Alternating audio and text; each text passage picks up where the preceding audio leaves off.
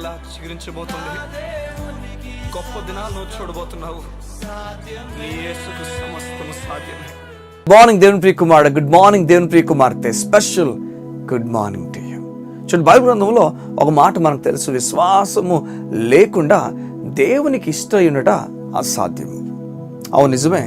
ఒక వ్యక్తి విశ్వాసం ఉంచకపోతే ఆ వ్యక్తి దేవునికి ఇష్టడు అన్న మాట చెప్పుకోవడం సాధ్యం కాదట.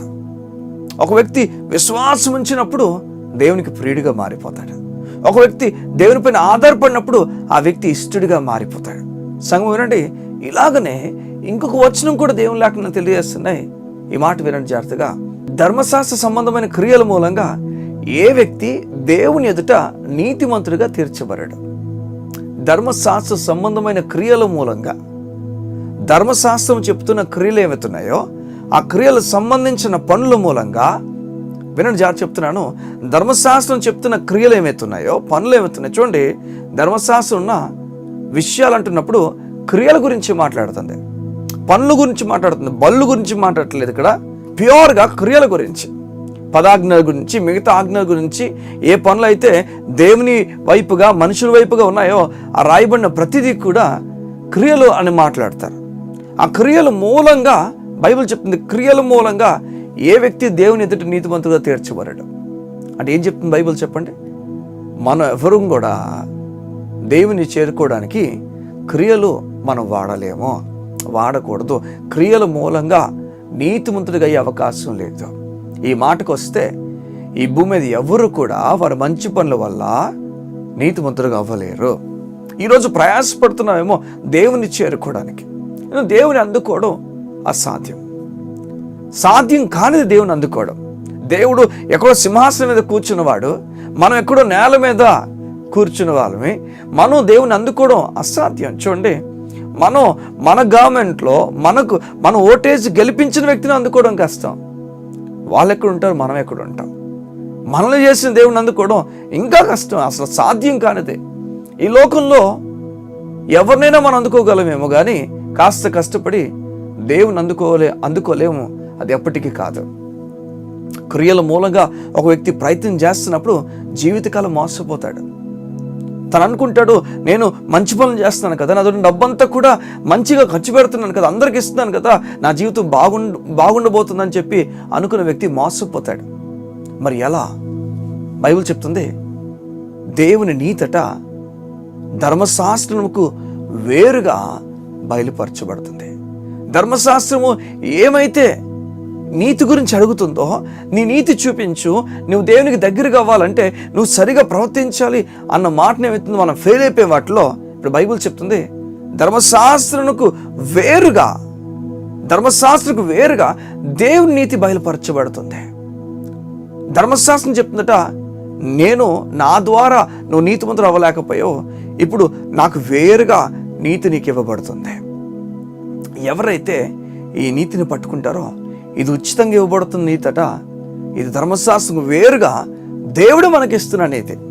మనం సంపాదించుకోలేకపోయాం, మనం నేల కూలిపోయాం. బైబిల్ చెప్తుంది, ఇప్పుడు మనకు ధర్మశాస్త్రం వేరుగా మనకు దేవుడు నీతిని ఇస్తున్నాడు.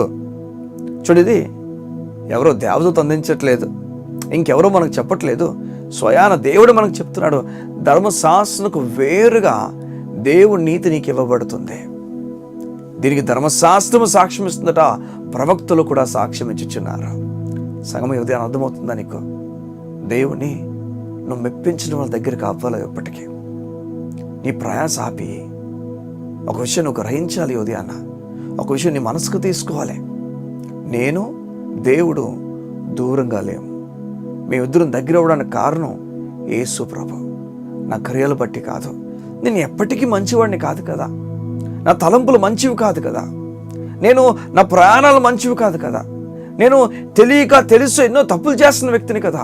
ఇలా ఎప్పుడు దేవుడిని చేరుకోలేను కదా. అయితే ఇప్పుడు నీకు అర్థం కావాలి, నువ్వు దేవుని దగ్గర అవడానికి కారణం నీవు కాదు కానీ యేసు ప్రభు ద్వారా ఉచితంగా నువ్వు దగ్గర అయిపోయావు. ఈ ఉదయం దేవుడు నీతో మాట్లాడి చెప్తున్నాడు, ధర్మశాస్త్రం వేరుగా దేవుని నీతి నీకు బయలుపరచబడుతుంది. ఈ నీతి నువ్వు అందుకుంటావా? ఈ నీతి అందుకుంటే, ఈ నీతి అందుకున్న వారు ఏ క్రియలైతే దేవుడు చేయమని చెప్పాడో ఆ ఫెయిల్ అయిన వ్యక్తులకు దేవుడు చెప్తున్నాడు, నీవు నీతిమంతుడిగా కనిపిస్తున్నావు. ధర్మశాస్త్రం అడిగింది నువ్వు చేయలేకపోయావు, అయితే నేను దాన్ని ఉచితంగా ఇస్తున్నాను. నువ్వు ఈరోజు దేవుని ఎదుట ధైర్యంగా నిలబడచ్చు. నీకు ఏది కావాలన్నా ఆయన అడుగుడి మీకు ఇవ్వబడను, వెతుకుడి మీకు దొరుకును, తట్టుడి మీకు తీయబడను. ఈ ఉదయాన్న నువ్వు ఆయన పక్కన కూర్చున్నావు, దిగులు పడిపోక, భయపడిపోక, జడిసిపోక ఆయన పక్కన కూర్చున్న ధైర్యంతో మాట్లాడడం ప్రారంభించా.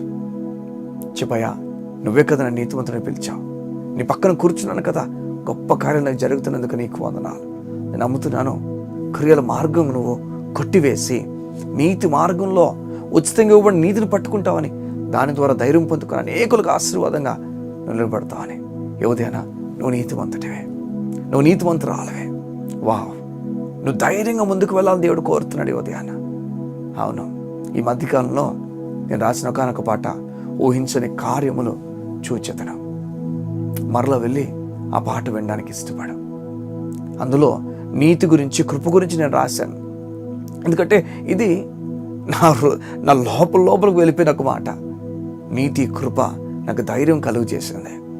అవును, విస్తారమైన కృప ఉండగా నేను దేనికి భయపడినా, అయ్యా నా నీతిమంతుడు చేసావు, ఇక దేనికి నేను దిగులు పడిపోనా.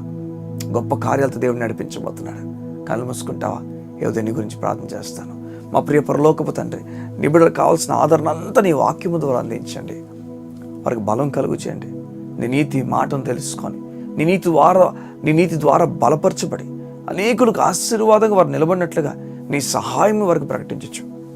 ప్రతిదినం కూడా వారు చేయాల్సిన ప్రతి పనిలో నీ కృపను ప్రకటించవచ్చు. వారు ఈ లోకపు ధర్మశాస్త్ర మార్గాన్ని కొట్టివేసి నీతి మార్గం నడుచుచు అనేకులు ఆ మార్గం తెచ్చినట్లుగా నీ సహాయం అడుగుతూ యేసు నామమున ప్రార్థించుచున్నాము తండ్రి. ఆమేన్, ఆమేన్. దేవుని కార్యాలు నువ్వు చూడబోతున్నావు, ఉన్నతమైన కార్యాలు చూడబోతున్నావు. గొప్ప కార్యాలతో దేవుని నడిపించును గాక. God bless you. See you tomorrow.